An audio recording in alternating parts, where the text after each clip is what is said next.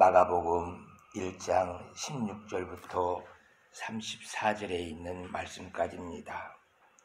요한이 잡히신 후 갈릴리 해변으로 지나가시다가 시몬과 그 형제 안드레가 바다에 그물 던지는 것을 보시니 그들은 어부라. 예수께서 이르시되 나를 따라오너라. 내가 너희로 사람을 낚는 어부가 되게 하리라 하시니 곧 그물을 버려두고 따르니라. 조금 더 가시다가 세베대의 아들 야고보와 그 형제 요한을 보시니 그들도 배에 있어 그물을 깁는데 곧 부르시니 그 아버지 세베대를 품꾼들과 함께 배에 버려두고 예수를 따라가니라. 그들이 가버나움에 들어가니라. 예수께서 곧 안식일에 회당에 들어가 가르치심에 무사람이 그의 교훈에 놀라니 이는 그가 가르치는 것이 권위 있는 자와 같고 서기관들과 같지 아니함일러라. 마침 그들의 회당에 더러운 귀신 들린 사람이 있어 소리질러 이르되 나사렛 예수여 우리가 당신과 무슨 상관이 있나이까? 우리를 멸하려 왔나이까? 나는 당신이 누구인 줄 아노니 하나님의 거룩한 자니이다. 예수께서 꾸짖어 이르시되 잠잠하고 그 사람에게서 나오라 하시니 더러운 귀신이 그 사람에게서 격렬을 일으키고 큰 소리를 지르며 나오는지라. 다 놀라 서로 물어 이르되 이는 어찌미냐? 권위 있는 새 교훈이로다. 더러운 귀신들에게 명한즉 순종하는도다 하더라. 예수의 소문이 온 갈릴리 사방에 퍼지니라. 회당에 나와 곧 야고보와 요한과 함께 시몬과 안드레 집에 들어가시니 시몬의 장모가 열병으로 누워 있는지라. 사람들이 곧 여자에게 대하여 예수께 여짜오는데 나아가서 그의 손을 잡아 일으키시니 열병이 떠나고 여자가 그들에게 수종드니라. 저물어 해질 때에 모든 병자와 귀신인 자를 예수께 데려오니 온 동네가 그 문 앞에 모였더라. 예수께서 각종 병에 든 많은 사람을 고치시며 많은 귀신을 내쫓으시되 귀신이 자기를 알므로 그 말하는 것을 허락하지 아니하시니라. 아멘. 고난주간입니다. 예수님께서 하나님의 아들로서 십자가를 지시기 위해서 이미 승리하신 하나님의 아들이 승리의 찬송을 골고다에서 어떻게 부르고 있는지를 한 주간 이 마가복음을 기억하면서 같이 묵상하기를 원합니다. 마가는 하나님의 아들이신 예수님께서 공생애를 시작하실 수 있도록 세례 요한이 목이 터지도록 이분이 바로 세상 죄를 지고 갈 하나님의 어린 양이로다. 보라, 세상 죄를 지고 가는 하나님의 어린 양이로다. 이렇게 요단강에 모인 많은 사람들이 다 들을 수 있도록 외쳤습니다. 하나님께서도 이는 내 사랑하는 아들이요 기뻐하는 자라고 선포해 주므로 그리스도가 되시기 위한 공생애를 시작할 수 있게 만들어 주셨습니다. 이제부터는 예수님 자신이 스스로 내가 바로 천지를 창조한 하나님의 아들로 구약에서 예언하고 있는 모든 말씀을 어떻게 성취하고 있는지를 너희가 보라 하면서 자신이 입증해 줘야 할 시간이 되었습니다. 목사는 신학 공부를 하고 목사 고시에 합격해서 노예의 목사 안수를 받게 되면 목사가 돼요. 그리스도는 구약에서 예언하고 있는 모든 성경들을 다 이루어서 이 예언의 말씀에 대해서 잘 알고 있는 유대인들에게 검증을 받았고 그리고 십자가에서 달려 죽으심으로 장사되었다가 부활하여 하나님의 공의를 만족시킬 수 있을 때 그리스도가 될 수 있는 것입니다. 그리스도가 될 수 있도록 하기 위해서는 먼저 신분상 5가지 조건이 있어야 된다고 말하고 있습니다. 이에 대해서 마태가 신분상 5가지 조건에 대해서 마태복음 1장과 2장을 통하여서 확인시켜 주셨습니다. 첫 번째 조건은 모든 유대인들이 사무엘상 7장 13절 말씀을 잘 알고 있습니다. 그는 내 이름을 위하여 집을 건축할 것이요 나는 그의 나라 왕위를 영원히 견고하게 하리라. 이 말씀을 유대인들은 모두 다 알고 있고 진리처럼 가지고 있는 말씀이에요. 그래서 메시아 하면은 다윗의 왕통을 이을 수 있는 자다 하는 것이 그들에게 머릿속에 아주 깊이 들어있는 말씀입니다. 이에 대해서 마태복음 1장 1절부터 17절을 통하여서 예수님께서 다윗 왕통의 족보를 갖췄다는 것을 말해주고 있는 것을 보게 됩니다. 지금도 다윗의 왕통을 이으면서 갈 수 있는 사람들이 그 자녀들이 계속 이어지고 있어요. 그러나 누구도 그 다윗의 왕통을 이을 수 있는 족보를 가지고 있음에도 불구하고 내가 메시아요 하고 말하는 사람은 아무도 없어요. 왜냐하면 예레미야 36장 30절에서 여호야김 왕이 하나님 말씀을 다 찢어서 불로 태우는 것을 보시고 하나님께서 내가 내 자손으로 하여금 다윗 왕위에 오를 자가 없게 할 것이라고 말씀하셨어요. 그렇기 때문에 이제 다윗 왕가에서는 왕위에 오를 수 있는 일이 없어져 버리게 된 것입니다. 이런 여호야김 왕에 주어졌던 저주를 예수님께서 피하셨다라는 것을 마태복음 1장 족보를 통하여서 가르쳐주고 있습니다.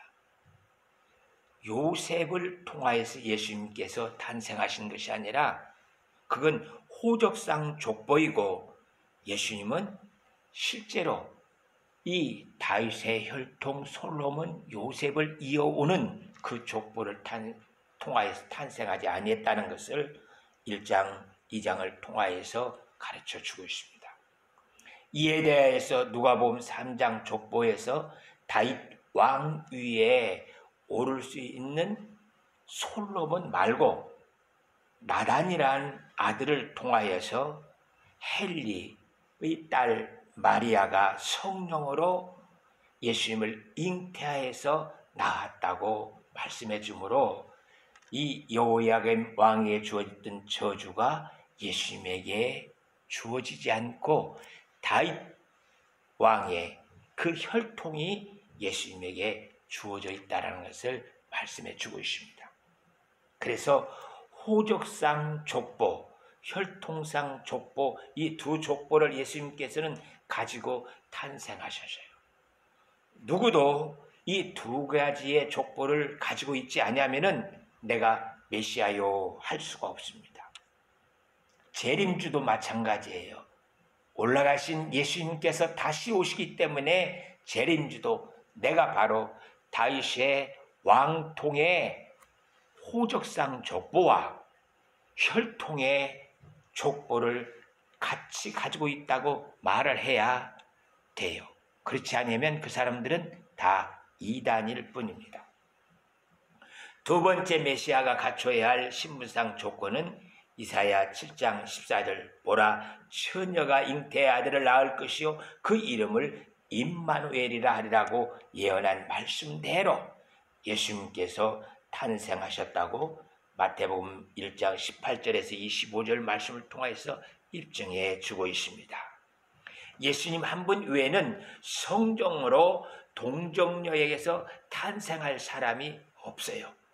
그렇기 때문에 유일하게 예수님만이 메시아가 될 수 있는 조건을 갖추고 있는 것입니다.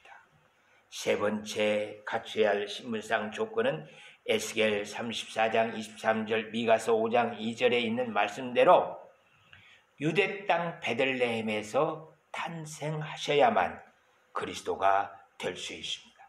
이에 대해서 마태복음 2장 1절부터 12절 말씀을 통하여서 예수님께서 유대 땅 베들레헴에서 탄생하셨다고 말씀하고 있는데, 그에 대한 증인들이 있어요. 그게 바로 동방박사들이에요. 이 동방박사들뿐만 아니라 헤롯 왕이 예수님을 죽이기 위해서 베들레헴에서 탄생한 2살 이하의 아이들을 다 죽였다고 기록하고 있습니다. 이것도 증거예요. 또 가이사 아구스토가 영을 내려서 모든 사람들은 각각 고향에 가서 호적을 하라고 하므로 예수님도 그때 탄생하시면서 베들레헴에서 호적을 하게 돼요. 이렇게 예수님과 함께 모든 로마형에 있는 사람들이 호적을 하면서 기원 전과 기원 후로 역사가 나누어져요. 이렇게 예수님께서 베들레헴에 탄생하셨다라는 것은 동방박사, 헤롯, 그 많은 사람들이 다 증인이고 역사가 증거로 되어 있는 것을 볼 수가 있습니다. 그러므로 베들레헴에서 탄생하지 아니한 사람들은 누구도 내가 바로 그리스도요 하고 말해서는 안 되고 그는 이단일 뿐입니다. 네 번째 갖춰야 할 신분상 조건은 호세아 11장 1절, 애굽에서 내 아들을 불렀다고 예언한 그 말씀을 마태복음 2장 13절 이하에서 자세히 말씀해 주고 있습니다. 주의 사자가 요셉에게 나타나서 헤롯이 아기 예수를 죽이려고 하니 빨리 애굽으로 피하라고 말씀해 주므로 요셉은 예수님과 그의 어머니라고 그래요. 그의 어머니를 데리고 애굽으로 피하는 것을 보게 돼요. 헤롯이 죽자 주의 사자가 다시 요셉에게 나타나서 예수님을 데리고 유대 땅으로 들어가라고 그래요. 그래서 예수님은 애굽에서 근진 내 아들이 되었습니다. 다섯 번째 갖춰야 할 신분상 조건은 선지자들이 말씀하고 있는 것처럼 나사렛 사람이 돼야 돼. 이 모든 조건들을 예수님께서 완벽하게 갖추었다고 이 마태가 말씀해 주고 있습니다. 모든 사람들이 내가 그리스도요 하고 말하려면 예수님과 같이 이 5가지 신분상 조건을 갖춰야만 돼요. 이 조건을 갖추지 못한 사람은 메시아가 될 수가 없는 겁니다. 마가는 요한복음과 같이 예수님의 신성을 강조하고 있기 때문에 하나님의 아들에 대해서 강조를 하고 있습니다. 그러면서 마가는 예수님께서 십자가를 지시고 그리스도가 되시기 위해서 공생애를 시작하셨습니다 라는 것을 강조하기 위해서 다른 인간적 모습들, 예수님이 탄생하신 족보나 그렇지 아니하면은 예수님의 자라나는 모습이나 이런 것들은 다 생략하고 그냥 빵빠를 울리듯이 승리하신 예수님, 그분이 이제 그리스도로 공생애를 시작했습니다 하고 선포를 하자 바로 예수님께서 그리스도로서의 자격이 있는지 없는지에 대해서 유대인들 앞에서 공개적으로 공생애를 시작하시는 것을 보게 돼요. 다른 복음서 마태복음이나 아니면 누가복음과는 다른 모습으로 이렇게 예수님께서 승리하신 그리스도로 십자가를 지시기 위해서 시작하고 출발하고 있는 모습을 기록하고 있기 때문에 다른 족보 이야기나 성장이나 다른 이야기를 싹 빼고 그냥 마라톤 선수가 출발점에서 시작하고 뛰는 것처럼 예수님께서 골고다 언덕을 향하여서 달려가고 있는 모습에 대해서 마가가 정확하고 아주 신속하게 이렇게 시간적으로 기록하고 있는 모습을 우리에게 보여주고 있는 것을 보게 됩니다. 우리들도 이 마가가 보고 있는 것처럼 예수님께서 자기 집에서 성만찬을 하시면서 함께 보내셨던 사람이에요. 그런데 그 인간의 모습을 갖고 있는 그 예수님이 우리가 보고 있는 그 사람의 모습 정도가 아니라 그에게는 전능하신 창조주 하나님이 계시다는 것을 알게 돼요. 그래서 마가는 내가 보았던 그 예수님이 바로 전능하신 하나님의 아들 창조주이십니다. 그가 우리를 구원하기 위해서 공생애를 시작하여서 하나님의 공의를 만족시키시고 구원을 이루었습니다 하고 기록하고 있는 거예요.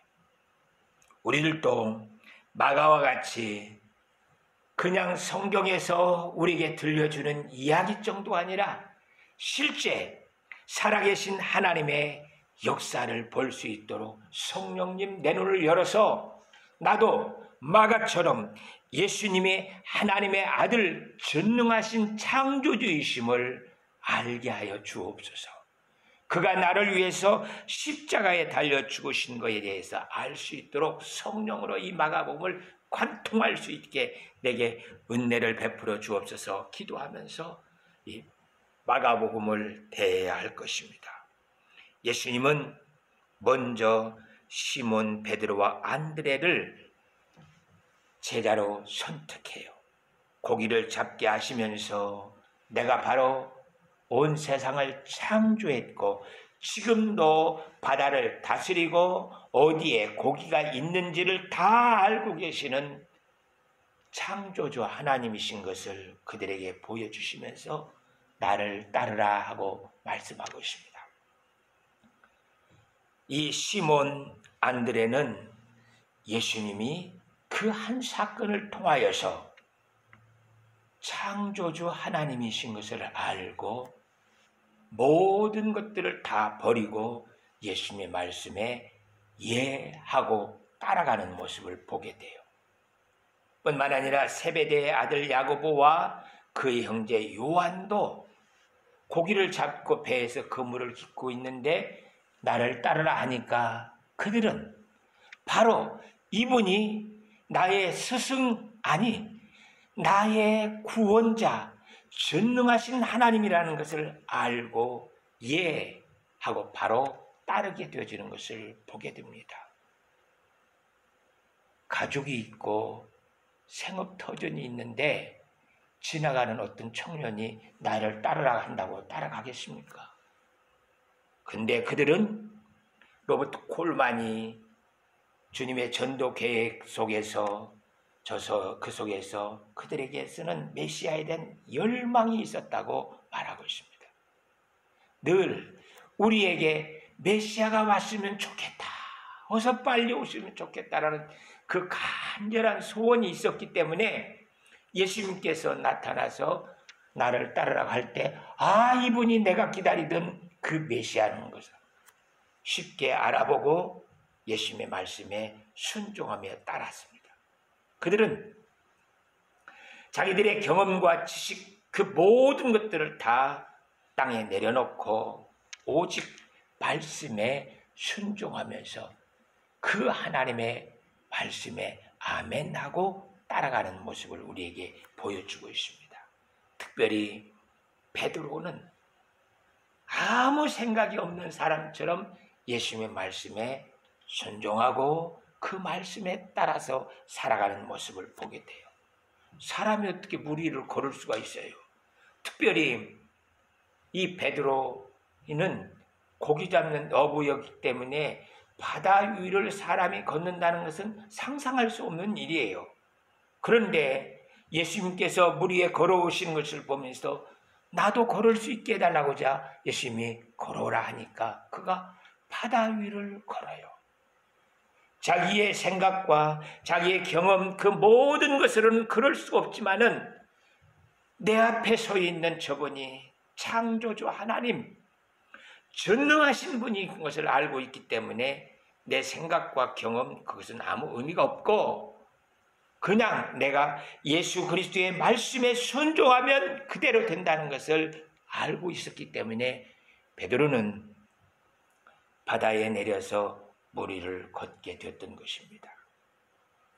십자가에서 예수님께서 죽으신다고 하자 베드로는 그럴 수 없다고 예수님을 막으시자 예수님께서는 사단아 내 뒤로 물러가라 하고 책망을 하시지만 베드로에게는 그 그리스도와 함께 구원의 역사를 이루고 그 전능하신 하나님이 내 곁을 떠나서는 안 된다는 절대절명의 간절함이 있었기 때문에 예수님 십자가에 달려 죽으시면 안 됩니다 하고 막았던 모습을 보게 돼요.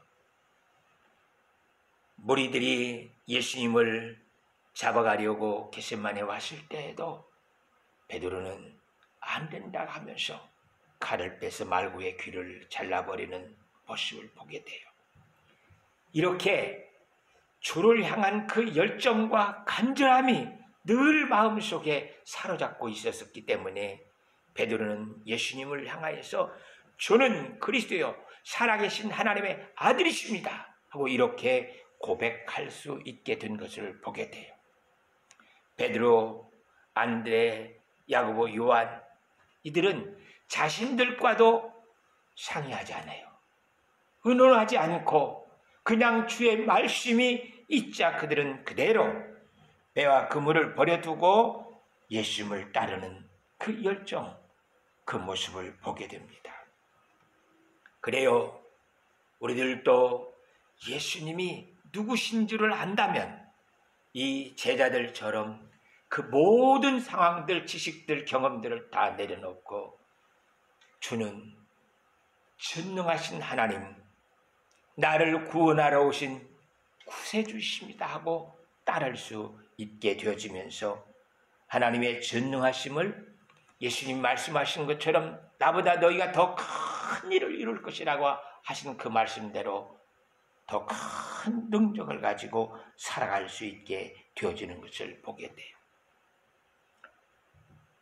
배를 버려두고 가정을 버려두고 따라가는 그 베드로를 보면서 가장 걱정했던 사람이 아마 베드로의 장모였을 거라고 생각합니다. 그 장모는 갑자기 고기를 잡고 생계를 유지하면서 살던 베드로가 예수님을 따라가 버리니까 동경사회에 그냥 배를 가지고 살던 그 자기 딸이 살 길이 막막하게 보이는 거예요. 그거에 대해서 염려하고 있는 이 장모에게 다가가서 그의 열병을 치료해 주자. 그 장모님도 바로 나의 이 열병을 치료하신 이분은 의사가 아니고 전능하신 하나님의 아들 그리스도라는 것을 깨닫고 자리를 털고 일어나서 예수님과 그의 제자들을 음식을 만들어 섬기는 것을 보게 돼요. 우리 앞에 서 있는 그 예수님이 누군 줄을 안다면 그 사람들은 이 마가처럼 베드로와 그의 제자들처럼 전능하신 하나님 맞습니다. 내 모든 형편과 상황을 알고 먼저 나를 찾아와서 내게 꼭 필요한 것들, 감당해야 할 능력들을 주시면서 나를 인도하십니다 하고 고백하면서 그 전능하심을 누리며 살아갈 수 있게 되어지는 것을 보게 돼요. 예수님께는 안식일에 회당에 들어가셔서 말씀을 가르치셔요. 그동안 선지자들이나 다른 사람들은 하나님께 들었던, 누구에게 배워서 알았던, 그렇게 다른 사람이 들었던 하나님의 나라 천국에 대해서 이야기를 했어요. 그러나 예수님은 자신이 살고 있던 그 천국이에요. 아니, 자신이 천국이에요. 그래서 예수님께서는 내 이야기를 하는 거예요. 내 이야기를 하는 정도가 아니라 사람들로 하여금 성령으로 역사하게 하여서 예수님이 천국에 대해서 이야기하는 것을 깨닫고 아멘 할 수 있게 만들어 주시면서 회당에서 말씀을 하고 계시기 때문에 회당에서 예수님의 말씀을 듣던 사람들은 그동안 우리가 들었던 서기관들의 이야기와는 전혀 다른 천국을 볼 수 있게 하고 하나님의 능력을 깨달아 알 수 있게 만드는 그 말씀을 전하시는 분, 그분은 전혀 다른 하나님의 말씀을 우리에게 전해준다고 했습니다. 그래요, 우리가 예수님의 말씀을 직접 보고 들은 사람들처럼 마가와처럼 그렇게 말씀을 듣고 전할 때 우리들은 그 전능하심을 누릴 수 있게 되어지는 것을 보게 돼요. 영적 존재들이었던 귀신들은 바로 예수님이 누군 줄을 알아봅니다. 나사렛 예수여, 우리가 당신과 무슨 상관이 있나이까? 우리를 멸하러 왔나이까? 나는 당신이 누구인 줄 아노니 하나님의 거룩한 자니이다. 이들이 말하는 것은, 이 귀신들 자가 말하는 것은 예수님을 그리스도로 믿기 위한 고백이 아니라 반대예요. 사람들로 하여금 당신이 하나님의 아들이라는 것을 알게 하여서 십자가를 지지 않고 하나님의 아들이 우리와 함께 같이 있게 만들게 하기 위해서 수작을 부리는 거예요. 그래서 예수님께서는 귀신들이 자신을 알아보면서 하나님의 아들 전능한 자입니다 하고 말을 해도 그들의 입을 틀어막고 말하지 못하게 하면서 나는 십자가를 통하여서 구원을 이룰 하나님의 아들 전능자라는 것을 가르쳐 주고 있는 것을 보게 돼요. 이렇게 예수님께서는 골고다 언덕을 향하여서 이미 승리하신 예수님께서 십자가의 그 노래로 영광을 드러내면서 승리의 기쁜 찬송을 부르기 위해서 3년 반 동안이라는 짧은 시간 십자가를 치기 위해서 세우는 계획을 따라서 정확하게 속도감 있게 달려가고 있는 그 예수님을 마가가 그대로 기록해 주고 있는 것을 보게 돼요. 이 마가강에는 너무 많은 양을 합축하여서 설교를 하고 있기 때문에 설교를 듣는 것으로 되어지지 않을 거라는 생각이 들어서 설교 원고도 이 인터넷에 올리려고 합니다. 그래서 자세히 그런가 안 그런가에 대해서 따져보고 궁금한 것이 있으면 질문도 하면서 예수님이 전능하신 하나님의 아들로 이미 승리한 자로 골고다 언덕에 올라가고 계시는 모습을 우리들도 마가처럼 바라보면서 이 고난 중한 승리할 수 있기를 축복합니다. 기도하겠습니다. 사랑의 하나님 아버지, 은혜 진심으로 감사드립니다. 하나님께서 우리에게도 마가처럼 예수님이 전능하신 하나님의 아들로 우리를 구원하시기 위한 승리의 주님으로 십자가를 지고 계시는 것을 알게 하여 주셔서 주님의 그 능력과 영광을 누리면서 많은 사람들을 주께로 인도할 수 있는 그러한 믿음의 사람이 될 수 있도록 도와주옵소서. 예수 그리스도의 이름으로 기도하옵나이다. 아멘.